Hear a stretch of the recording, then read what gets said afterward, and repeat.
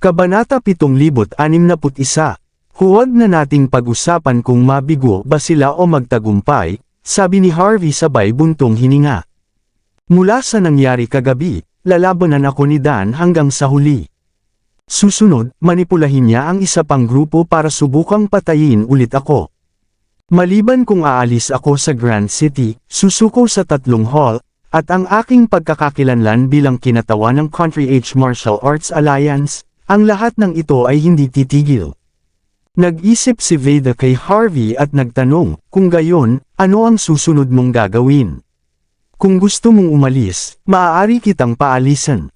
Umiling si Harvey, hindi ko pa nakumpleto ang aking layunin sa pagpunta sa Grand City. Hindi na kailangang magmadali, hindi sa banggitin, si Dan ay medyo maliit, na nangangahulugang hindi siya angkop na maging pinuno ng Grand City. Ang lungsod na ito ay napakahalaga sa bansa H. Bagamat hindi ako interesadong maging pinuno, sana ang magiging pinuno ay isang taong makapaglingkod sa bansa at sa mga mamamayan nito. Hearing Harvey's words, there was a strange glint in Viada's eyes before she said with a smile, "If you choose to do that, I support you all the way." Ngunit pagkatapos ng nangyari sa pagkakataong ito, susuriin muli ni Dan ang iyong lakas.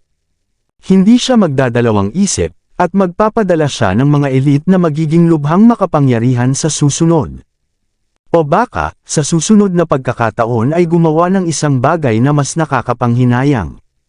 Naisip ito ni Harvey at biglang sinabi, ang unang layunin ng mga taga-isla ay si Neve, tama ba? Tumango si Veda, tapos, natigilan siya, parang may na-realize siya. Ibinaba din ni Neve ang tinidor sa kanyang kamay, at bahagyang nagdilim ang kanyang ekspresyon. Hindi sila nandito para sa iyo o sa akin, ngunit narito para kay Neve.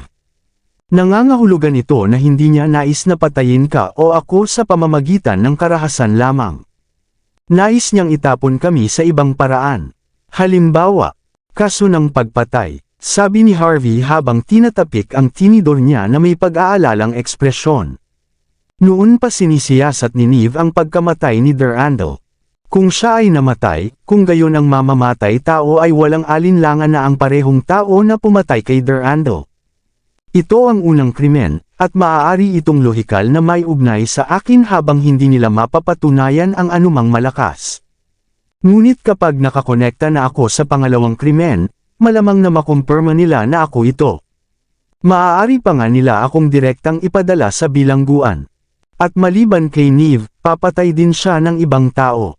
Naningkit ang mga mata ni Harvey, at binanggit niya ang isang pangalan pagkaraan ng mahabang sandali. Ang dating manager ng Portview Restaurant, si Tina. Kung gusto nila siyang e-frame, kung gayon ang pagpatay kay Coco ang pinakamahusay na pagpipilian. Gayunpaman, si Coco ay sariling laman at dugo ni Dan sa huli. Gaano man kahumaling sa kapangyarihan si Dan, hindi niya papatayin ang sarili niyang kapatid para lang ma-frame niya si Harvey.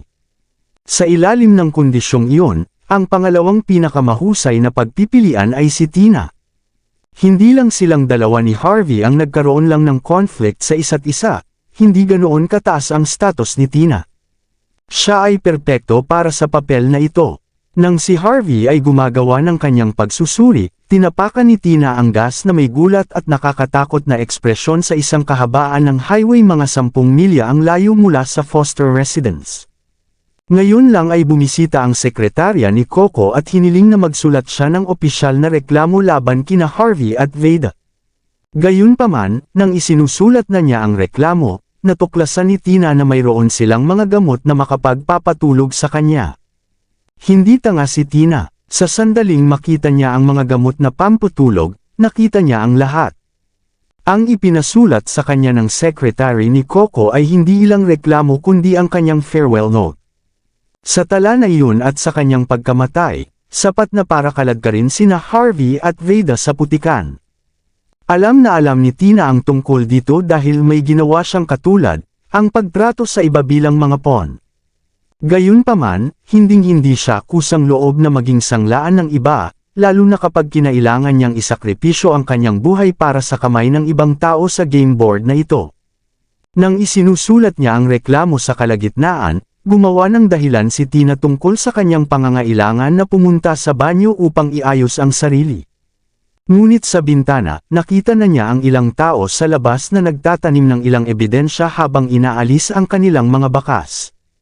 Kinilig siya, nararamdaman niya ang malamig na kamay ni kamatayan sa kanyang lalamunan.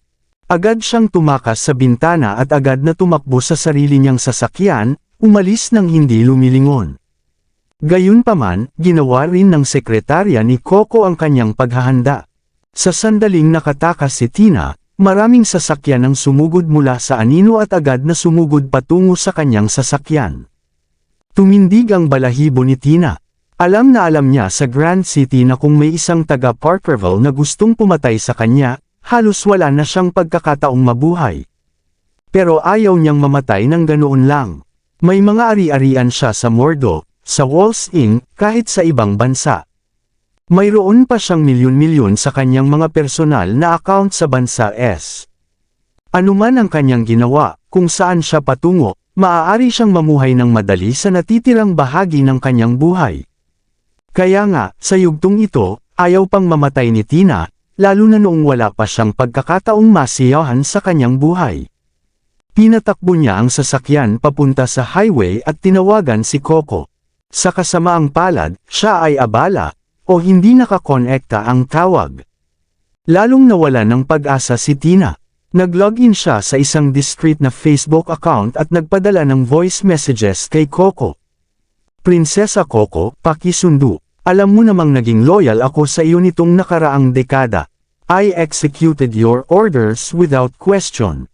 Paano mo ako iiwan ng ganito lang? Prinsesa, nakuha mo na ang hindi bababa sa 80% ng lahat ng kita ng Portview. Ang maliit na natitira ko ay sapat lamang upang mapanatili ang ating koneksyon. Pakiusap, huwag mo akong patayin. Huwag mo akong patayin. Kaya kung gawin ang lahat ng gusto mo. Maaari akong maging saksi sa iyo kung gusto mo. Kaya kung sirain ang reputasyon niya kahit anong gusto mo. But please spare my life. Kung ayaw mo, ilalantad ko lahat ng ginawa mo. Kung paano nilalason ng kapatid mo si Alexei, kung paano mo inutusan ang Skyplane na tambangan ng pinuno para sa kapakanan ng iyong kapatid, at ilalantad ko rin ang aktwal na katotohanan ng pagkamatay ni Durandal. Sinabi mo mismo nang hindi sinasadya nang pumunta ka sa aking lugar upang uminom. Narinig ko ang lahat ng malinaw at kahit na naitala ang mga ito gamit ang isang recorder. Ingatan mo ako, at ako pa rin ang iyong tapat na lingkod. Pero kung hindi mo ako aalagaan, hihilahin kita pababa kasama ko. Si Tina ay lalong nagiging desperado, at hysterical ang bawat salitang sinabi niya. Obvious naman na nagmamakaawa man siya o nananakot kay Coco, ang gusto lang niya ay maligtas siya ni Coco. Sa kasamaang palad, habang ang mga voice message ay ipinadala, ang kabilang panig ay tumanggi na tanggapin ang mga ito. Napasigaw na lang si Tina nang tingnan niya ang mga pulang tandang padamdam. Binuksan din ng mga humahabol sa mga sasakyan sa likod niya ang sunroof ng kanilang mga sasakyan at inilabas ang kanilang mga crossbow. Nang tumama sa kalsada ang inilunsad nilang bolts, agad silang gumawa ng mga butas sa kalsada mula sa mga pagsabog. Mga kulog. Sila ang martial arts weapons, ang Thunder Blasts. Nang makita ni Tina ang gamit nila, alam ni Tina na mahigpit ang utos sa kanila ni Coco. Hindi sila titigil hanggat hindi nila siya napatay. Kung gusto niyang mabuhay, kailangan niyang maghanap ng ibang tutulong sa kanya. Nang sumagi sa isip niya ang ideyang iyon, agad na lumiko si Tina sa isang sulok sa highway, dumiretso sa direksyon ng Foster Residence.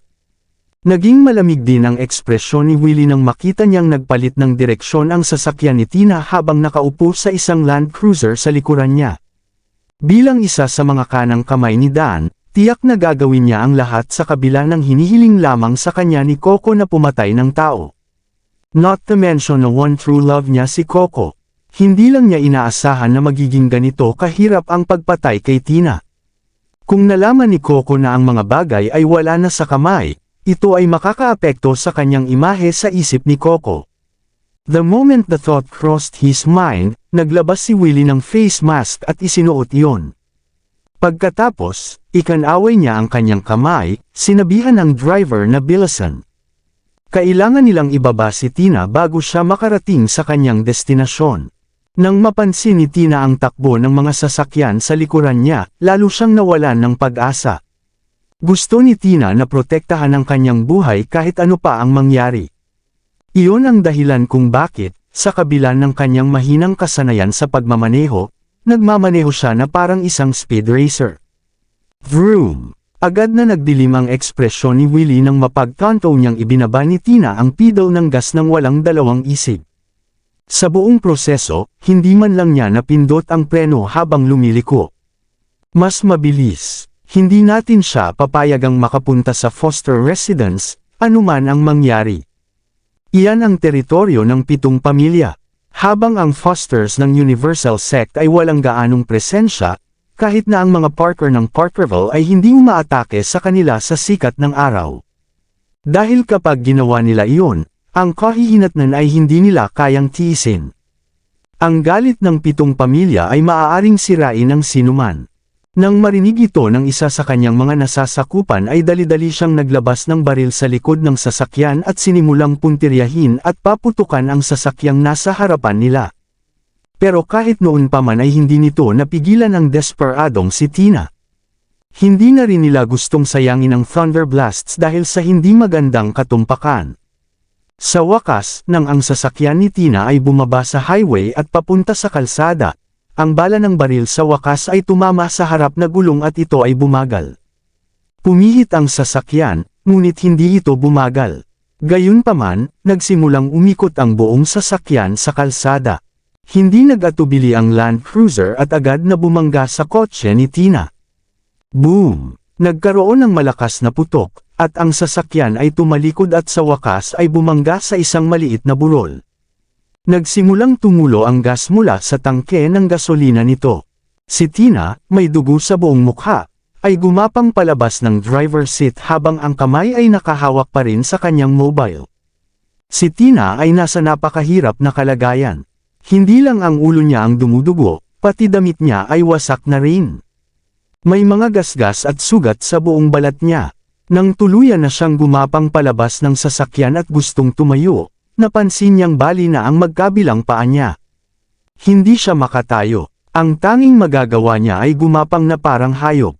Ay, Tina, kung gusto ka ng prinsesa na mamatay, walang magliligtas sa iyo. Hindi ba mas mabuting mamatay na lang ng mapayapa? Senggal ni Willie habang tinitignan si Tina sa malagim nitong kalagayan. Pagkatapos, inilabas niya ang kanyang silver pistol at itinutok sa noo ni Tina mula sa malayo sa loob ng kanyang Land Cruiser. Hihilahin na sana niya ang gatilyo. Boom! Sa kritikal na sandali, biglang lumitaw ang isang Range Rover sa gilid at bumangga sa Land Cruiser. Ang chassis ng Land Cruiser ay nanginginig at halos mabaligtad.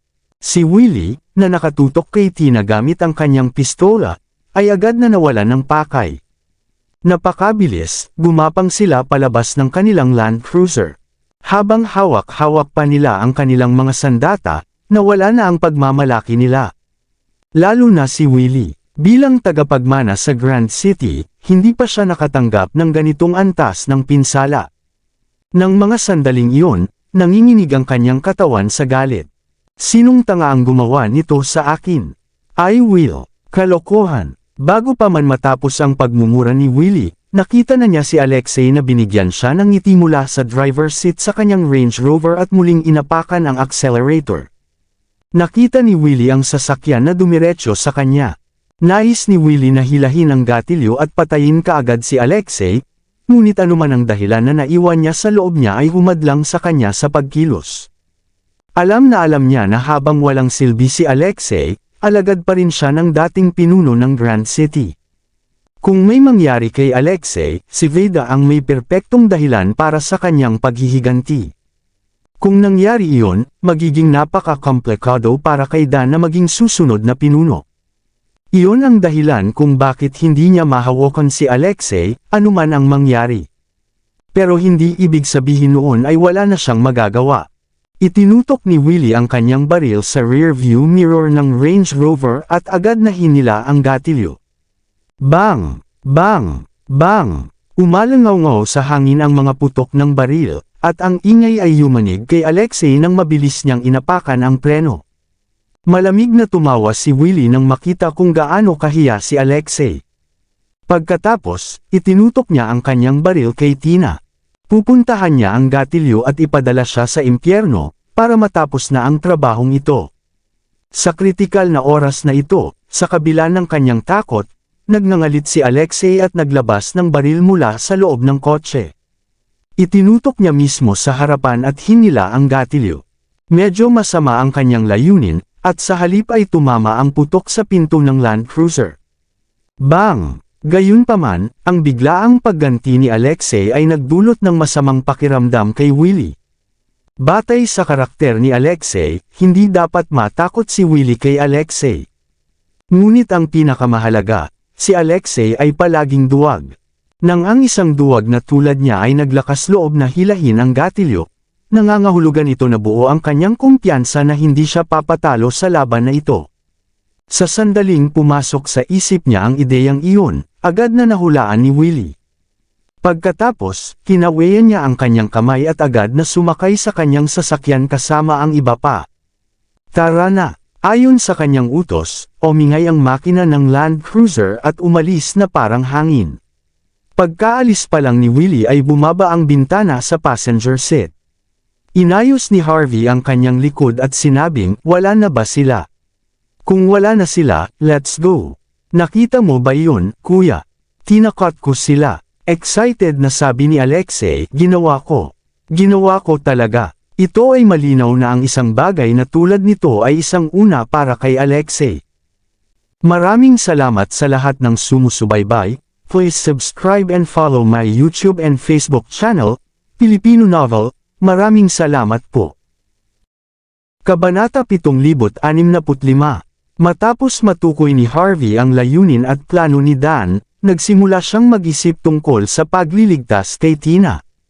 Hindi dahil mahalaga si Tina, ngunit dahil lamang sa pagkaligtas sa kanya, agad nitong sisirain ang perpektong plano ni Dan at Coco at kasuklam-suklam na gawain nila. Naniniwala si Harvey na kung patuloy niyang sisirain ang mga plano ni Dan, gaano man siya katigas, sa huli ay masisira siya. Kaya naman hiniling na ni Harvey kay Alexei na magpadala ng mga tao para bantayan si Tina, na nagresulta sa eksenang iyon ngayon lang. Ang pinakamahalaga, pagkatapos lamang na maibalik ni Tina ang kanyang buhay pagkatapos na dumanas ng malapit sa kamatayang karanasan ay magiging handa siyang ganap na makipagtulungan sa kanyang interogasyon. Binuksan ni Harvey ang pinto at lumapit kay Tina. Nakahiga na si Tina sa lupa na nakasubsob. Ang dugong nawala sa kanya ay nagpang-inig sa kanya, at maging ang kanyang paghinga ay humihina na halos hindi na siya marinig ng mga tao.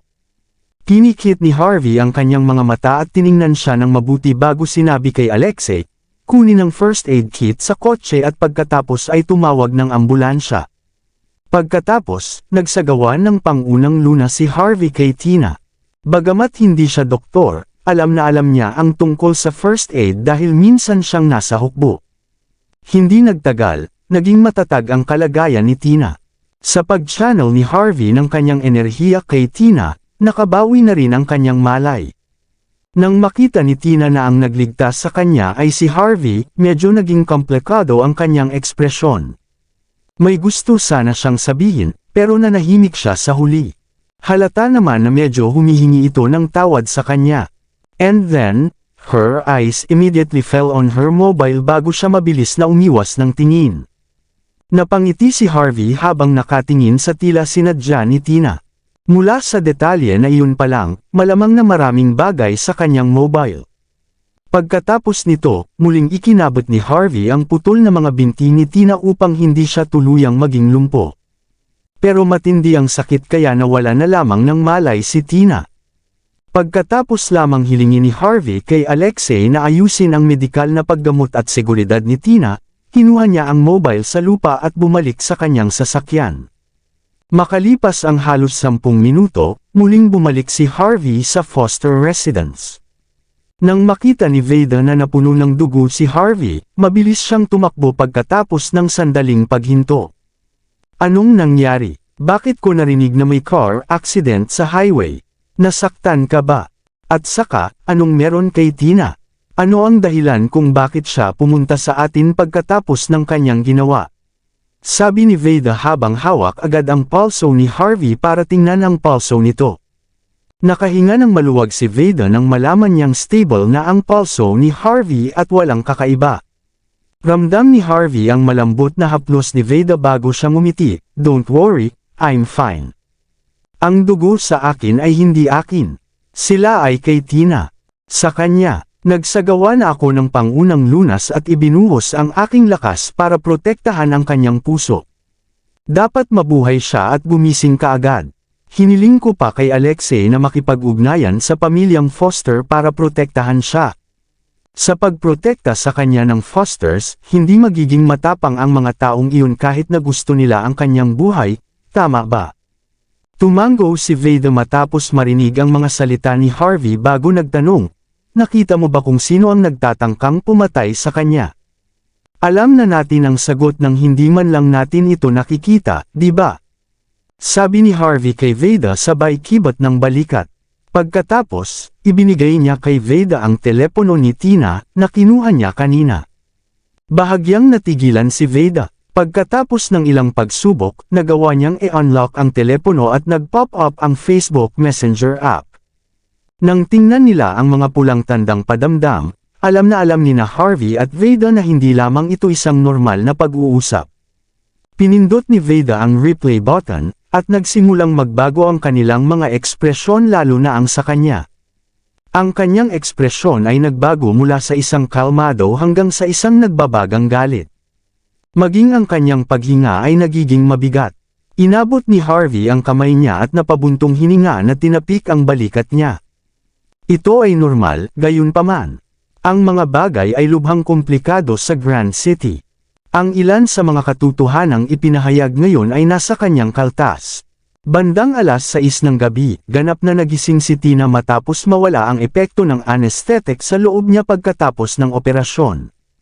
Siya ay kasalukuyang nasa isang pribadong ospital na pag-aari ng mga Fosters. Hinawakan niya ang kanyang ulo bago sumigaw pagkatapos ng mahabang sandali, tubig. Maaari ba akong makakuha ng tubig? May mabilis na naglabas ng Q-tip, nilubog ito sa tubig, at pagkatapos ay tinapik ito sa kanyang mga labi.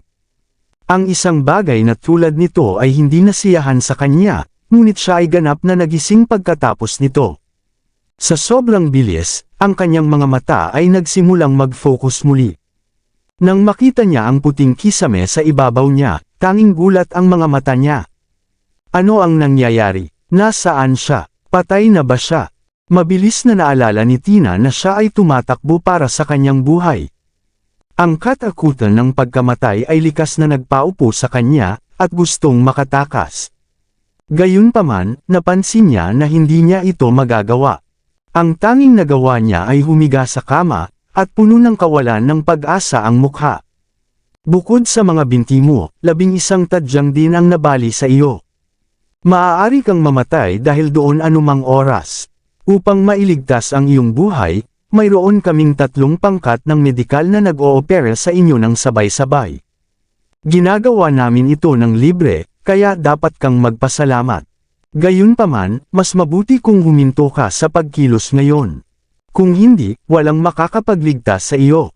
Nang inig ang katawan ni Tina nang marinig ang mahinahong boses na iyon. Pagkatapos ay likas niyang nakita ang payat na figure sa gilid.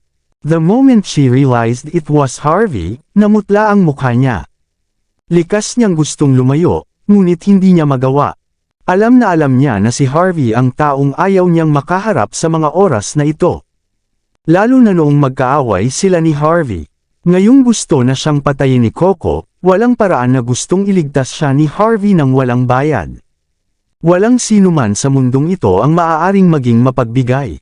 Ano, natatakot ka ba sa akin? Dahil ilang beses kitang sinampal at pinilit kang humingi ng tawad habang nakaluhod. Sabi ni Harvey, pinakitaan si Tina ng mahinahong ngiti. Gayunpaman, ang nakita ni Tina sa kalmadong ekspresyon na iyon ay sapat na para kiligin siya. Alam na alam mo kung sino ang gustong pumatay sa iyo. Ako ang taong nagligtas sa iyo. Hindi ka ba dapat magpasalamat kapag kaharap mo ang taong nagligtas sa iyo? Natahimik si Tina nang marinig ang mga salitang iyon. Bagamat alam niyang iniligtas nga siya ni Harvey, hindi niya matanggap ang katotohanan. The way Tina saw it, she wouldn't be fall so far kung hindi dahil sa pagtanggi ni Harvey at Veda na makinig sa kanya at pinahiya pa siya sa Portview Restaurant. Kasalanan ni Harvey ang lahat. Mukhang may nailigtas akong hindi nagpapasalamat. Iniligtas ko ang iyong buhay pagkatapos na dumaan sa labis na pagsisikap at kahit na nakuha ka dito sa pamamagitan ng paggastos ng napakaraming mapagkukunan. Pero ikaw, tinitingnan mo ako na para bang kinatay ko ang buong pamilya mo. Casual na kumuha ng vitamin water si Harvey. Matapos buksan ang takip nito ay naglagay siya ng straw at ipinainom kay Tina. Kahit pagkatapos nito, hindi ka pa rin naglakas loob na magalit sa taong gustong pumatay sa iyo. Gusto mo pa ring isisi sa akin, hindi ba? Sa tingin mo ba hindi ka papatayin ng iyong tagapagligtas? O sa tingin mo mas nakakatakot si Coco kaysa sa akin? Napabuntong hininga si Harvey. Hindi katakatakang sinasabi na ang matuwid ay laging nabubuhay ng mas maikli kumpara sa mas asama.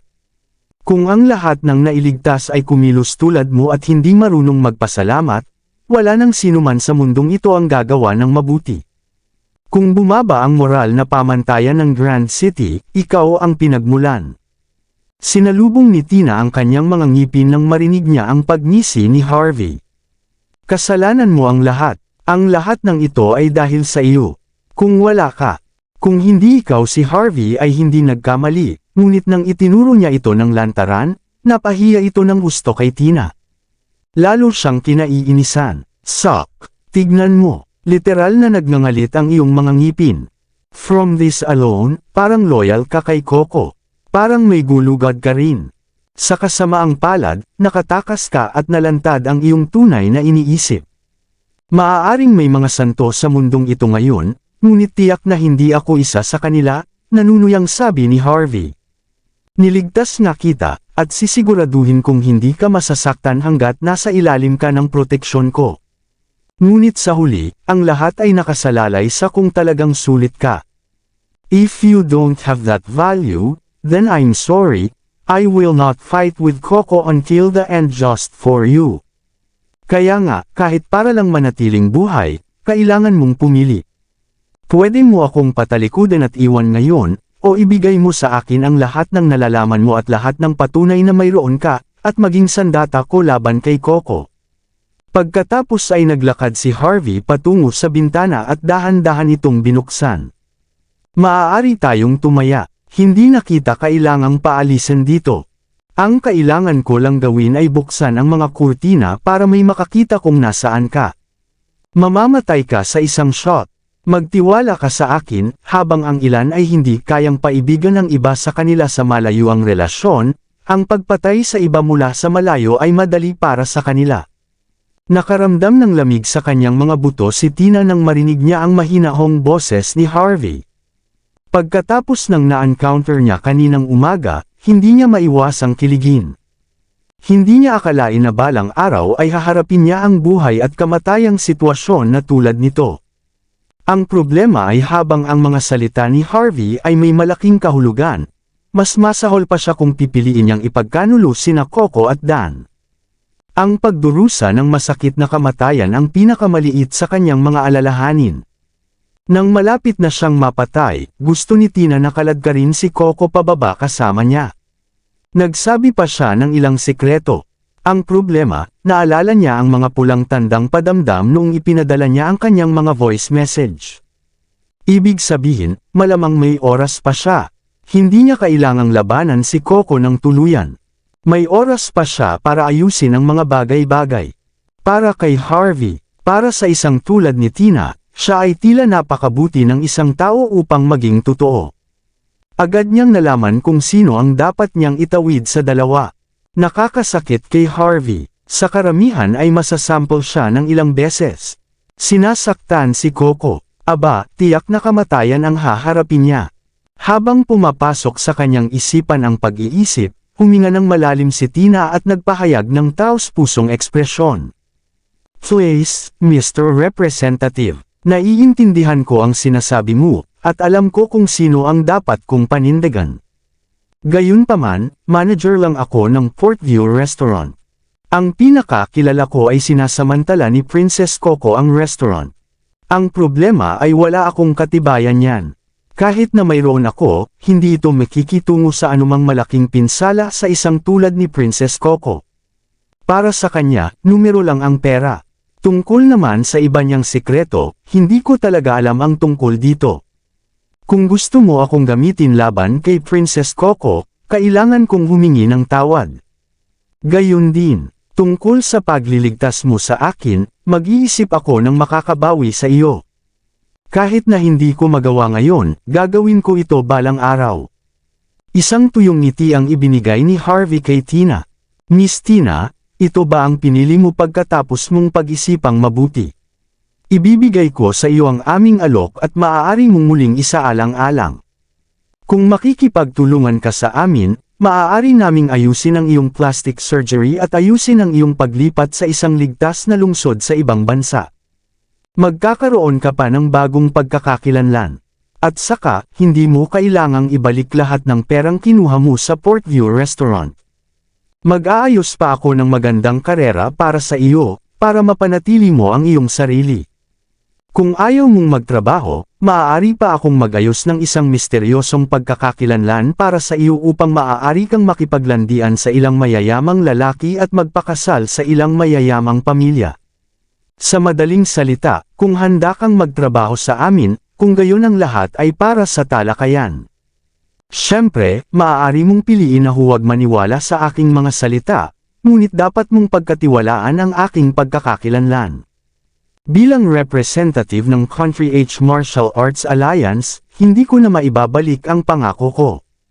Kinakatawan din ito ang iyong bagong pag-asa. May halong ekspresyon si Tina. Mula sa isang tiyak na anggulo, iyon ay talagang isang kaakit-akit na alok. Handa siyang gawin ang pagpipiliang iyon. Gayunpaman, ang imahe ni Coco at Dan sa kanyang isip ay sobrang nakakatakot. Kahit na sa ganoong sitwasyon, hindi siya sapat na matapang para ipagkanulo sila. Huminga siya ng malalim at ginawa ang huling pagpipilian. Mr. Representative, Sir, alam kong ginagawa mo ito para sa ikabubuti ko, pero wala talaga akong alam. Kaya please, nakikiusap ako, hayaan mo na lang ako. Hindi ko talaga kayang masaktan si Princess Coco. Napabuntong hininga si Harvey. Nakikita ko, kaya ito ang iyong pinili. At pagkatapos, kinuha niya ang phone niya at ngumiti.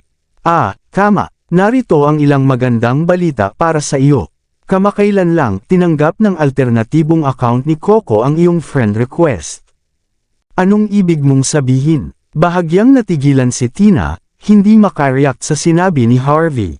Kumaway si Harvey ng isang pamilyar na telepono. Sa harap niya, tinapik niya ang mga pulang tandang padamdam.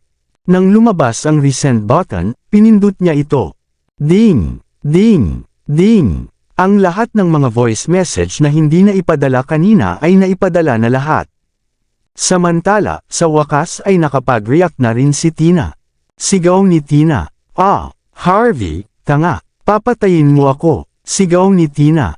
Sandaling nakalimutan niya ang mga sugat niya nang muntik na siyang tumalon mula sa kama, na para bang gustong masakaw si Harvey hanggang sa mamatay. Alam na alam niya kung ano ang ibig sabihin ng mga ipinadalang mensahe para kay Coco. Higit sa lahat, sinabi pa niya kay Coco na may kasama siyang recorder. Ito ang nagbigay kay Coco ng perpektong dahilan para mapatay siya. Napagpasyahan na ang kanyang kapalaran sa sandaling pinindot ni Harvey ang send button. Ang bastos na yun. Isa talaga siyang bastard. Paano kaya nagkaroon ng walang hiyang lalaki sa mundong ito? Kung nakakamatay lang ang mga mata, naniniwala si Tina na napatay na niya si Harvey ng hindi mabilang na beses. Gayunpaman, hindi siya pinansin ni Harvey at magiliw na inilagay ang telepono sa bedside table. Tapos, ngumiti siya. May oras ka pa para i-reconsider ang choice mo bago magpadala si Coco ng kasunod mo. Isa kang matalinong babae. Mas alam mo kaysa sa akin kung aling landas ang pipiliin. Pagkasabi niyon, lumabas si Harvey sa ward nang hindi tinitingnan si Tina. Sa labas, madilim ang langit habang nagkukumpulan ang mga ulap. Tila may paparating na bagyo. Iniabot ni Harvey ang kanyang braso, naramdaman ang hanging humahampas sa kanya. Darating ang digmaan. Bang! Habang naghihintay si Harvey na sumiklab ang digmaan, si Coco ay nakaupo sa isang marangyang inayos na sala sa isang patio sa Parkerville. Ibinagsak niya ang anti-gong tasa sa kanyang kamay sa lupa, galit na galit, walang pakialam kung nagkakahalaga ito ng daan-daang libong dolyar. She glared at Willie and snarled, "Willie, you're from the Seven Families too. You're also a martial arts elite. You even called yourself right-hand man ng kuya ko. Pero sa huli, ang hinihiling ko lang ay pumatay ka ng walang kalaban laban na babae pero nabigo ka. Not just that, you didn't even get the written complaint from Tina like I told you to. How can you be so inutil? And now, Harvey has her. Are you trying to give him everything that can hurt me? Inalagaan ka ba ng Grand City sa loob ng maraming taon para lang maging basura ka? Hindi na ininda ni Coco ang biyaya ng isang ginang. Ang tanging mayroon siya ay isang hindi maipaliwanag na pagkabigo. Hindi niya inaasahan na ang mga nasasakupan ng kanyang kapatid ay magiging walang silbi sa ganoong lawak. Naningkit ang mga mata ni Willie. May gusto siyang sabihin pero walang lumalabas na salita sa bibig niya. Halata na ang lahat ng ito ay nangyari dahil sa kanyang kawalang silbi. Kahit gaano pa niya kagustang ipaliwanag, walang kabuluhan. Kung ikukumpara sa galit ni Coco, mas kalmado si Dan. Kabanata 770, Coco, ayos lang. This is not Willie's fault, mahinahong sabi ni Dan na para bang planado na niya ang lahat at nakita niya ang lahat. Inilabas niya ang isang vintage na alak na inipon niya, tinanggal ang takip nito, at binuhusan si Coco ng isang baso, umaasang makakalma ang kanyang kapatid sa mahalagang sandali na ito. Sino ba ang mag-aakala sa panahon ngayon, ang isang simpleng utusan ay makakalaban kapag napipilitan siya sa isang sulok? Si Tina ay isa lamang ordinaryong babae, ngunit kapag nahaharap sa isang sitwasyon sa buhay at kamatayan, medyo normal para sa kanya na magkaroon ng pagsabog ng lakas. Diretso siyang tumakbo papunta sa teritoryo ng mga Fosters, na halatang ginawang mahirap para sa amin. Si Willie na hindi gumanap ng maayos gaya ng inaasahan namin ay dahil hindi pa kami makakagawa ng kaaway sa Fosters. Para sa ikabubuti ko ito, kaya huwag mo na silang sisihin. At the very least, nakaayos na siya ng ilang snipers sa malapit. Sa sandaling ipakita ni Tina ang kanyang mukha, papatayin siya kaagad. Ang mga bagay ay hindi masyadong masama na hindi nila malulutas, sabi ni Dan, na bumantong hininga. Pagkatapos, nagpatuloy siya, speaking of which, ang ating Mr. Representative ay medyo may kaalaman sa pagliligtas ng mga buhay. Nagayos siya ng 5 ward, at ang bilang ng mga medical staff at machine, at maging ang mga gamot na lumalabas at pumapasok sa mga ward ay pare-pareho. Sa ganitong sitwasyon, maliban na lang kung maisasaayos natin ang ating mga espiya na makalusot sa ospital, hindi natin mahahanap kung saang silid naroon si Tina. Maaari tayong matuto mula dito at gamitin ito sa susunod gamit ang sarili niyang pamamaraan laban sa kanya sa ibang pagkakataon. Hindi sigurado si Dan kung ang kanyang mga salita ay papuri o paghanga. Tungkol naman sa pagiging kalaban ni Harvey sa halip na kanang kamay niya, ang tanging nararamdaman niya ay panghihinayang. Kung ang isang tulad ni Harvey ay sumusuporta sa kanya bilang kanyang kanang kamay, naniniwala siya na maaari siyang maging pinuno ng mas mabilis at makagawa ng higit pa. Natahimik na rin si Coco.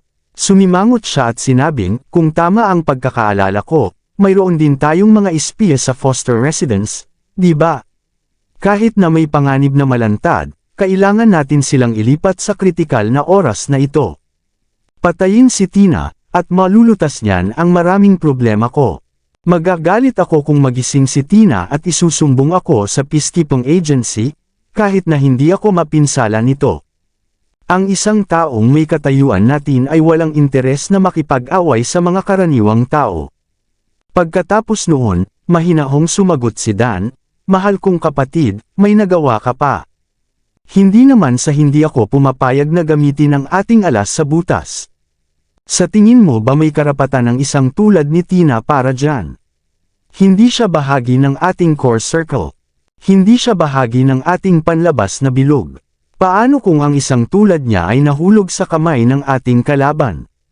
She has served us for so many years, so syempre alam niya yung powers at skills natin. Kung mananatili siyang tahimik at makakatakas, hahayaan natin siyang mabuhay pa ng ilang araw. Ngunit kung may sasabihin siya na hindi para sa atin, mauunawaan niya ang mga kahihinatnan. Hindi kailangang magmadali, humanap ng pagkakataon na patayin siya, at magagamit natin muli ang bangkay niya para sa ating sariling layunin. Si Coco, na ngayon ay binubuo na, ay nagsabi, kung gayon, ako ay. Bago pa siya makatapos ay biglang nag-vibrate ang phone niya.